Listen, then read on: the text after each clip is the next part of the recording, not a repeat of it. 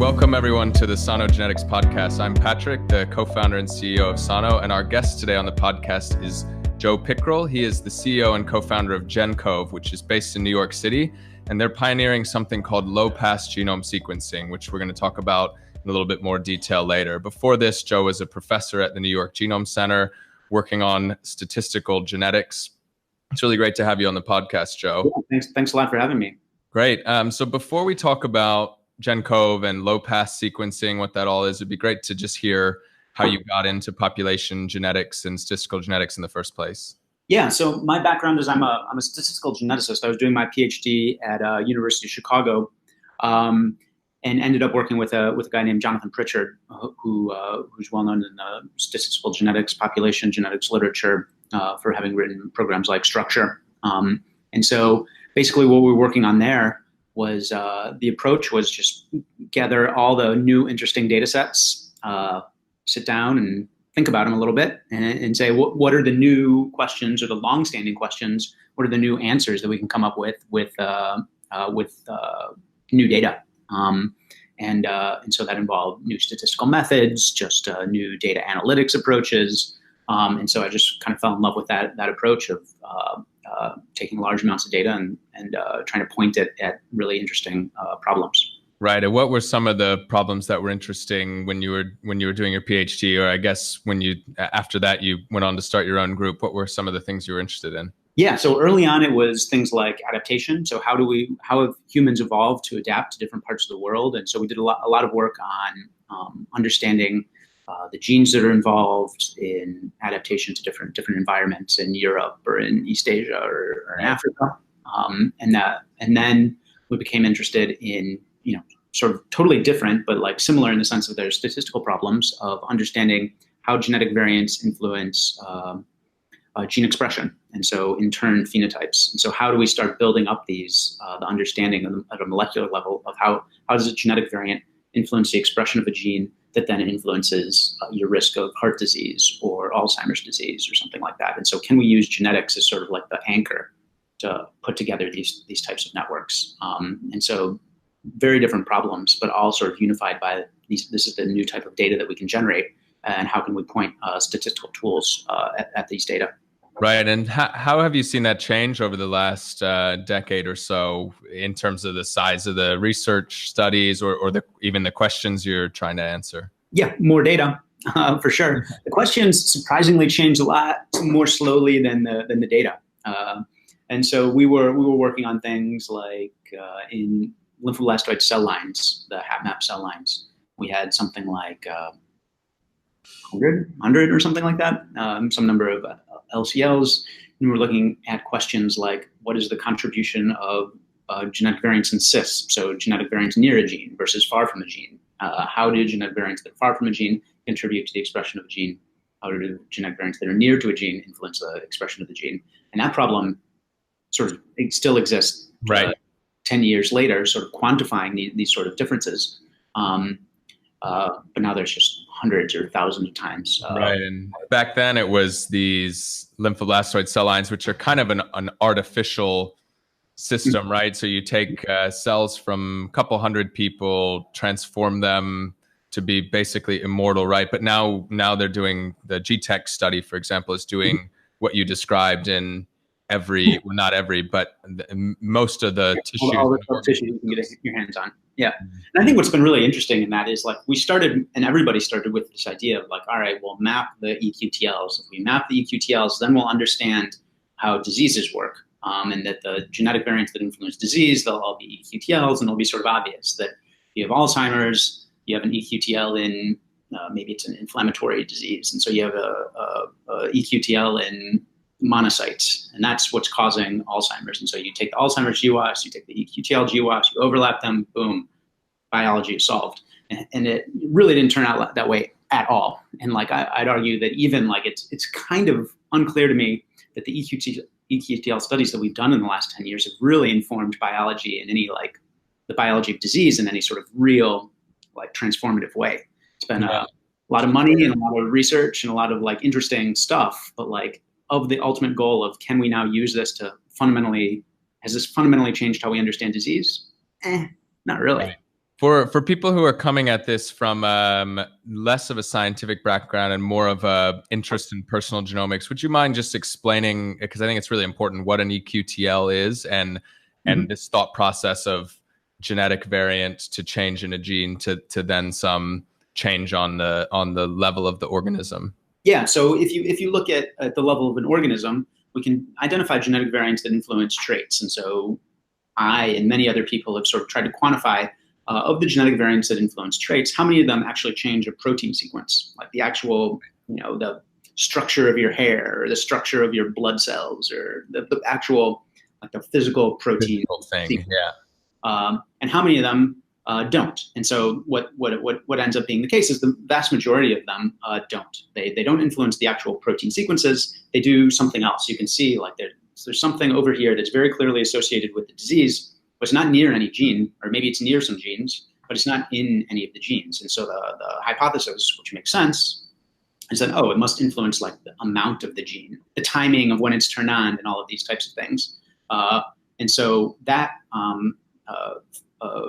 understanding the genetics of how genes are expressed is called expression quantitative trait locus mapping, eQTL mapping. So you find genetic variants that influence these sort of lower level phenotypes of like, is this gene turned on in the brain? At what level is it turned on in the brain? Is it turned on in the blood? At what level is it turned on in the blood? And you can find genetic variants then influence that. And so the idea was, and still is, I think, that now by pushing down to this type of level of like really understanding how genetic variants influence the actual expression of genes, not necessarily their sequence, you get a deeper understanding into these higher level phenotypes like diseases. Right. So the Alzheimer's example you gave, maybe there's something in the immune system. That's the current understanding, right? There's something is a little bit different or off in the immune system that causes buildup of plaques. But I think even on such a simple case, we're still very far from understanding how genetics makes it all the way to something that complex. Things like ApoE, which is like the major, huge determinant of Alzheimer's disease risk. Like, how does it actually work? Don't think we have great ideas. I seem to remember it was probably maybe a year and a half or 2 years ago, you were part of a research paper that looked at selection in modern humans. Is that right? So, and I think this is quite a fascinating concept, and it's related to this conversation about Alzheimer's. But you all were able to find evidence that actually, even in the last 100 years or so, you can detect that humanity is undergoing some genetic changes when most of the things we study are thousands or tens of thousands of years old, right? Like if you think about adaptation to people living in different climates or altitude, or lactose tolerance is the classic one. Can you give just a quick overview of this? Because I remember reading it and thinking how fascinating it was. Yeah, so this is one of these where, again, it's the take new data and apply to old questions. There is this idea of we actually learned about this after the fact, but it was interesting, was this idea from Richard Lewontin, sort of a famous evolutionary biologist from Harvard in the 60s or something. Still around, sorry.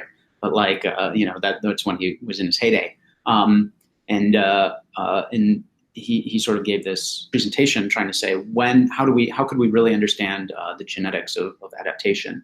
And how do we understand, like, adaptation, again, is basically just the adaptive changes in allele frequency over time, directionally biased changes in allele frequency over time due to some pressure. And he proposed this crazy idea, which is what you should do is get like hundreds of thousands of people and sequence them and follow them through their lifetime and just watch as they drop off. Is it people die over time? Are you more likely to die if you have this genetic variant at age 20 and not this other genetic variant, but what about at age 60? Are you more likely to die if you have this genetic variant and this other genetic variant? And now with resources like the UK Biobank, and we used a Kaiser Permanente, which is a healthcare system, right? Yeah. Has made a bunch of data available for research. You can start to actually do exactly that. The sort of crazy idea is no longer totally crazy. And so what we did was just take people, partition them by time. This was in collaboration with Molly Shivorsky at Columbia. Partition them based on how old they were and just look and see if there were changes in allele frequency over time, which would be this indication first of mortality. So people are dying at different rates depending on their genotype, but it has implications about natural selection, that these things have been shifting likely over a couple generations. Right. Yeah. Fascinating. And so I guess while you were at the New York Genome Center working on some of these problems, and that led you to start looking actually at different kinds of sequencing technology, which led you to found Gencove. So can you tell us about that part of your career and what got you into looking at polygenic risk scores or some of these kind of new methods for going from the single location to predicting the impact on a gene to slightly more methods that involve huge amounts of data and every position or many millions or thousands of positions in the DNA? Yeah. So what we were doing at the New York Genome Center is we had the access to the latest and greatest sequencing technologies. I think we bought the Illumina X10 and some of these big sequencing machines, these massive throughput. But even the massive throughput, you think about the X10 system when it came online, they were billing it as we can do 18,000 genomes in a year. But when we think from a statistical genetics point of view, 18,000 genomes in a year is great, but you need millions. You want 10 times that, yeah. Yeah, exactly. And so how can you take this amazing hardware and this amazing sequencing capacity and turn it into something that's very sort of low cost? Because if you're going to be sequencing millions of people, it can't cost $1,000 each time you do it. How do you take something and make it very low cost and high throughput? So you could be doing millions of genomes a year at, aspirationally $10 a genome. Right. And so what we worked on, we saw some ideas in the literature and worked on our own things, which was basically do less sequencing. The simple answer is just do much less sequencing per sample, and then offload all the work to computation. And so we developed some new genotype imputation algorithms, sequence data analysis algorithms that let us dramatically reduce the amount of sequencing done per sample. So our most popular product at Gencove is 0.4x coverage genome, which is so about 40% of the genome gets one sequencing read. And then you can take that using imputation and some of these big databases that exist out in the public domain, and fill in everything that you missed, and you get basically a complete genome for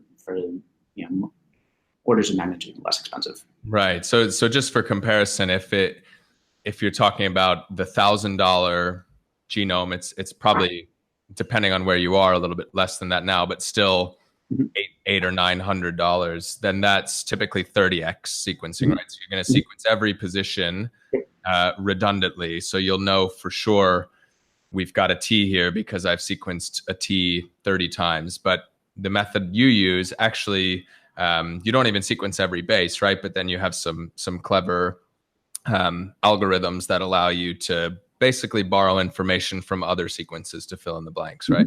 Yep. Fill in those blanks, and that means you can reduce. So our sort of list price for a 0.4x genome is around $50. So now you're in the price range where you can start to think about doing this at a real scale. And the other advantage, of course, is that instead of doing one at a time, you're doing hundreds or thousands at a time, and so you can churn through these sequences extremely quickly.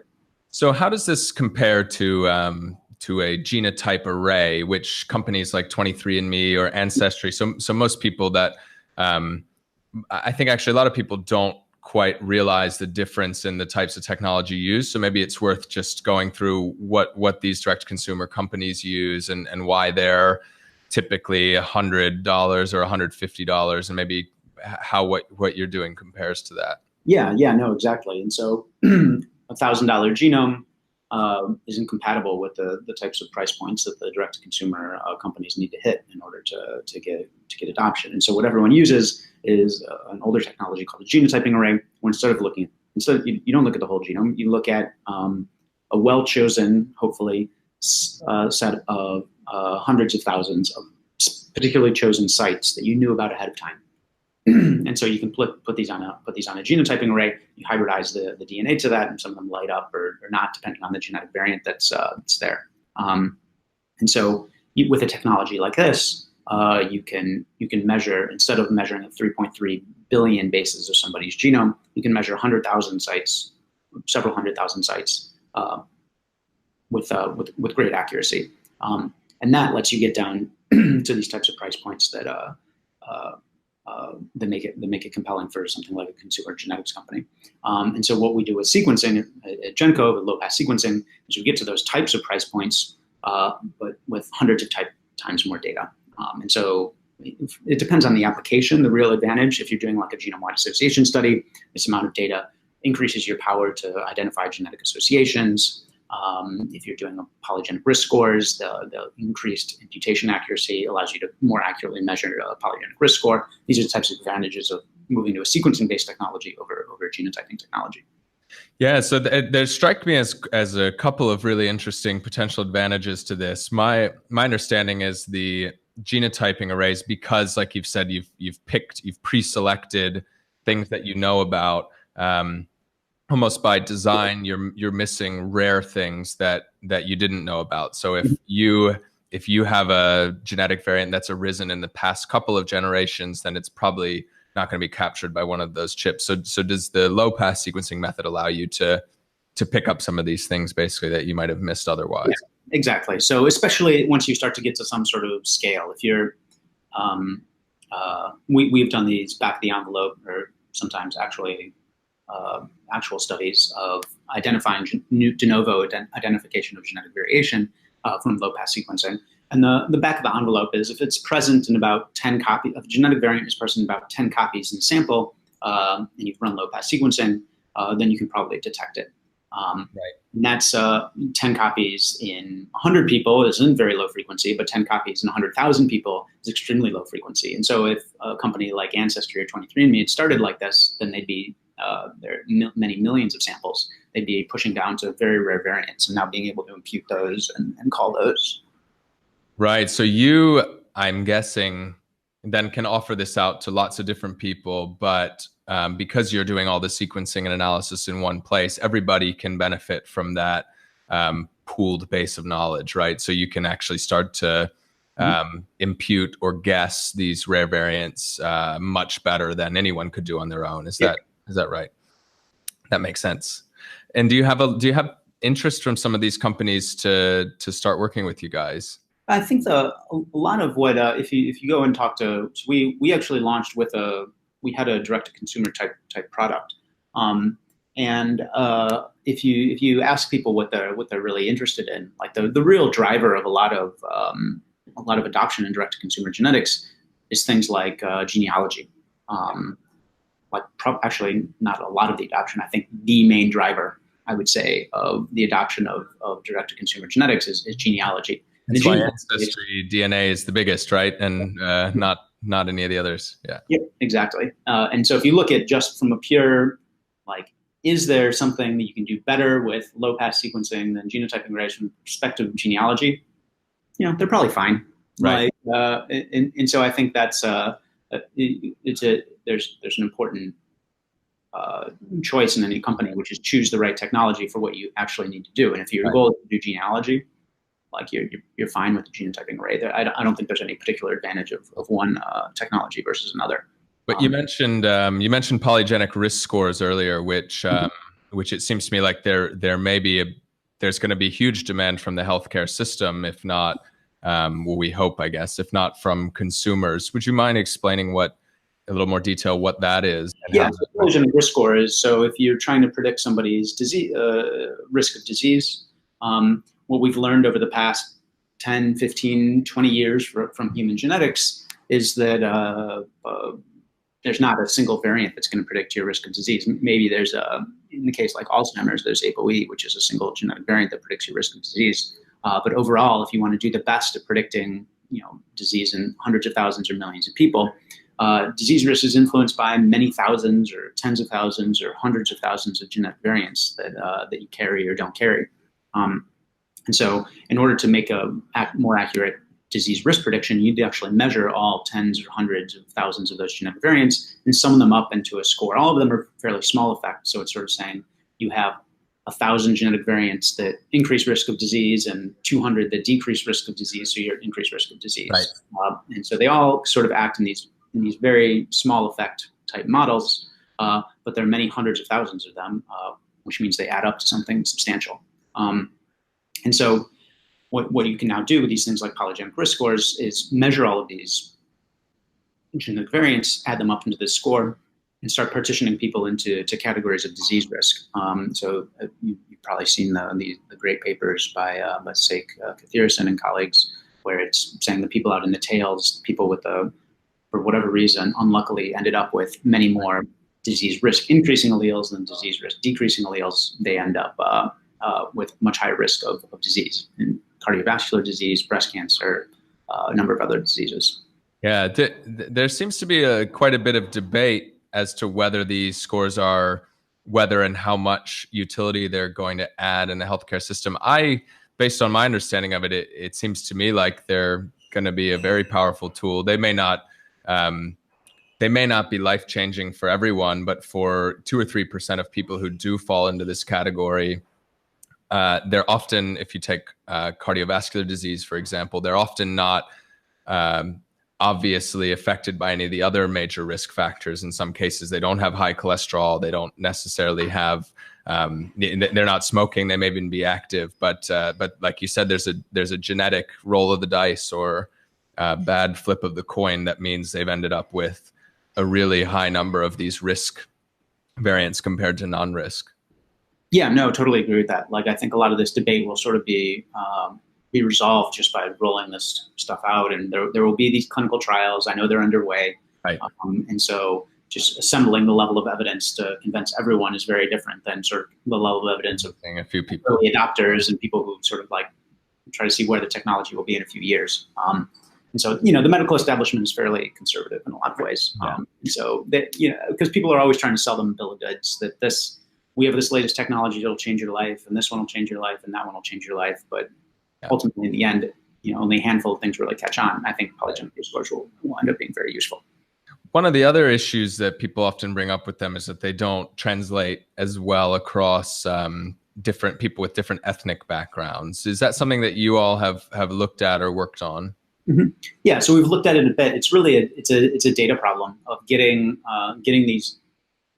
I mean, a lot of this is driven by, frankly, the UK Biobank, like the 500,000 people with electronic medical records and genetic data. It's like the perfect data set to train these types of models and evaluate them. It's in the UK. And so biased towards the UK populations. I think there would be a ton of these resources coming online in different countries over the next 5 years even. Some of them are even out now. It seems like every month there's a new national genome project being announced. Yeah, and so as these types of things come online, a lot of the issues about everything being biased towards the UK Biobank just because it's in the UK will start to be resolved.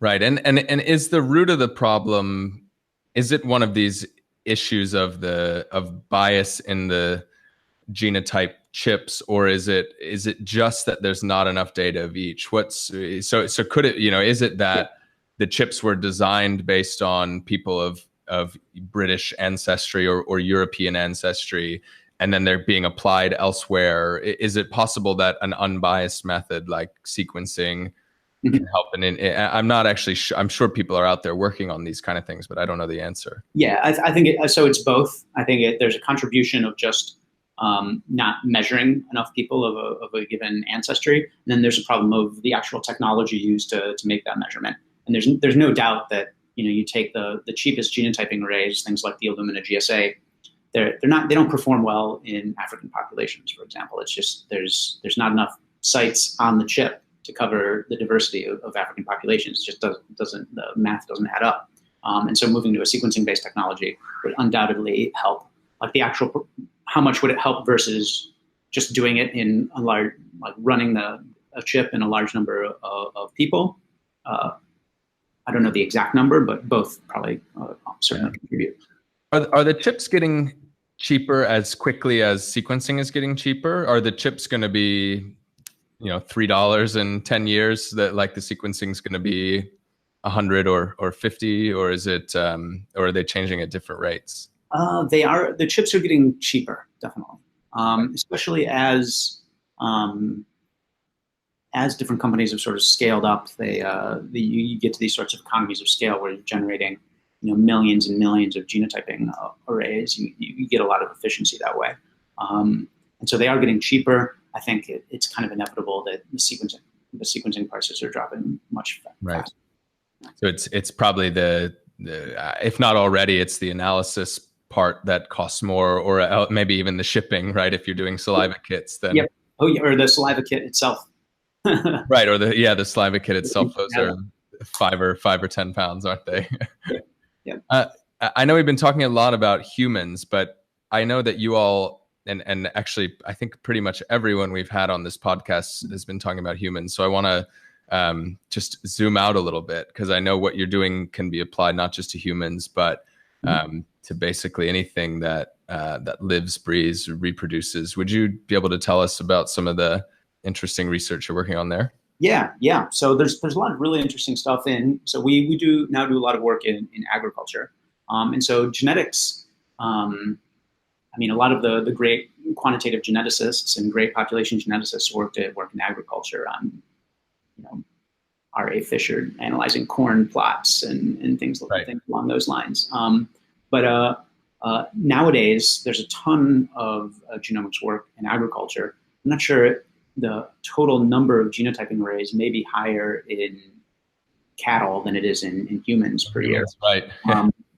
And the way this is being used is used to direct breeding. And so there's a long history of, being analogously to how we want to predict risk of disease in a person. You want to predict the milk output of a cow, or you want to predict exactly how marbled the steak will be once you make a steak. And so you have these giant pedigrees of how animals are related. And so for 30 years or so, that type of information has been used to help predict which animal should breed with which one has a higher genetic propensity to make more milk or reproduce faster, or whatever sort of traits you need. And now genetic information adds a whole new level on top of that. So you can start to actually produce analogously to the polygenic risk scores, because a lot of times there's not one genetic variant that is sort of milk production, production variant. It's the effect of the entire genome. So now, using an approach analogous to polygenic risk scores, you can predict the bulls and the cows that should mate together to have the most milk. And so that's sort of done routinely in agriculture and cattle and pigs and chickens, and more as the costs have dropped in plant species as well, in maize and soybeans. And so we're doing more and more in that space. So it's the same type of approach where you build out these big haplotype reference panels, like in humans, like you have the 1,000 genomes panel.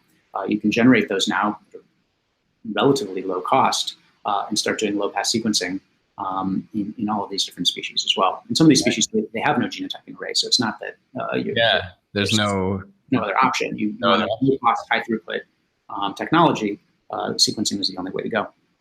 In agriculture, do you need more or fewer call them participants in a study? Is it fewer because they've been bred, that the genetics are often simpler, or is it or am I getting that backwards? No, they're definitely. So I guess they're the genetic architectures, or the actual genetic variants that influence the trait.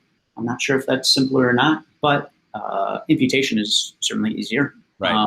Because they've been inbred for years, generations. And so the extent of LD is generally larger. And so low-pass sequencing often works even better in a lot of the agricultural species. Yes, because my understanding from there are a number of these pet direct-to-consumer companies where you can get them to tell you what species your dog is. And my understanding was that that's probably in many cases more reliable than the human estimates, because human history is so complicated and we're constantly mixing and migrating, and to say your great grandparents are from a particular region of the world can mean something really differently. But for animal breeds, it's a little bit different, right? Because they've been, as you say, bred together, and things are a little bit more simple.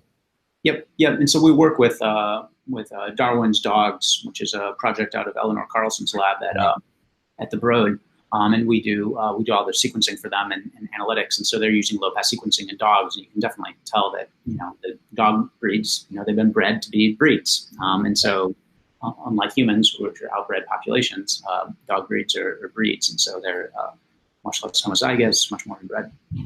So just looking towards the future a little bit, not just for you and what you'll be doing, but in general, do you think will be, how soon do you think we'll be sequencing everybody at birth, say, as part of a healthcare system? Or do you see this playing out some way? And then what's next after that? Are we going to then start sequencing RNA from every tissue constantly, or where do you see this next after that? Yeah, no, it's actually kind of hard to predict, because people have been saying this for a decade now, that everyone will be sequenced at birth and as part of a health system. Don't think it's really happened, and I actually don't even think it's that close. If you look at what's really been adopted in terms of genomics, it's things like non-invasive prenatal testing, carrier screening, particularly like oncology tests, so BRCA testing and things like that. And so I think a lot of this will get adopted through those different types of specialties.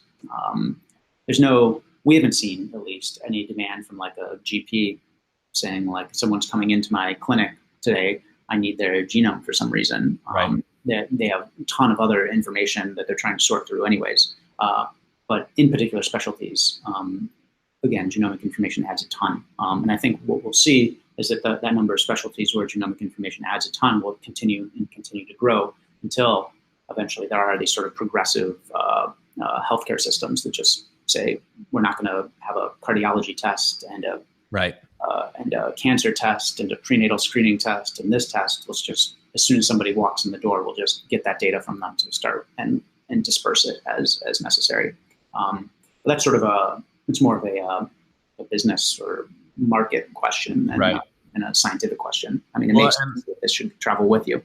Yeah, and I also think in some case it's a how the data travels question, because here in the UK we think of the NHS as one monolithic system, but just because you've been sequenced for one particular reason let's say your child has a rare condition and you get sequenced as part of the 100,000 Genomes Project, it's not as though that data is going to be used to do cardiovascular disease prediction by someone else elsewhere in the system. So there's the question I always wrestle with is, like you said, will there some point be a healthcare system that says we've done the math and it makes sense to sequence everybody, or will they figure out ways to say we're going to sequence people as soon as it's necessary and relevant, for example, in breast cancer screening, but we're going to be flexible in terms of IT and allow this data to be used across the system? And I don't know which one will come first. Yep. Yeah. No, it's really tough. And in the US, it's every healthcare system, everything's fragmented. And so different places operate in different ways. You have Kaiser that's sort of integrated. You have these other sorts of health systems where they're just clinics associated with a hospital. It's all, it's more of a infrastructure and who's incentives, who's actually interested in getting this information at what time and how can you structure that? There are lots in the US, there are lots of different experiments being run, which is one of the nice things about that fragmented system. You've got Kaiser Permanente doing one thing, and I just read the other day that big Intermountain healthcare system in Utah is going to sequence 500,000 people, something like that. So, yeah. So I guess we'll see. We can check back. There are always experiments going on. So yeah. Yeah. Well, great. I don't want to take too much of your time. If people want to keep in touch with your work, either you or company, can you let us know what your website is, your Twitter, that sort of thing? Yeah, sure. So Gencove is gencove.com, GENCOVE.com, and Twitter, I'm Joe Pickrell. Great. And where does the name Gencove come from? I meant to ask. Good question. So we were seq.io, seq.io. It turns out there's a seq.com, seq.com. We had a pleasant, polite exchange with them and decided we need to change our name. Right. And so we got some prefixes, we got some suffixes, we got a few beers and started iterating. Great. And that's where we ended up. You fill out that spreadsheet of, can we get the website? Can we trademark it? Can we get the .com? Is it trademarked? Yeah, all those things. Check. Does Great. it sound ridiculous? No. Yeah, perfect. Yeah, perfect. That's good. Sometimes you speak to people who've got like a whole Greek myth underlying the name. We should probably invent that, right? Like, Yeah, my great grandmother was named Genevieve with G. Right. Something, right? Exactly. Well, great. Thanks so much. I really appreciate it. And thanks everyone for listening. As always, you can send any of your feedback and questions to podcast@sanogenetics.com. We do read and respond to every email. If you like the podcast, then please feel free to share it with a friend or leave us a review on iTunes to help other people find us. And then finally, feel free to check out our website if you want to learn more about some of the research projects we're working on or read more about some of these topics through the blog. Thanks very much, and we'll see you next time.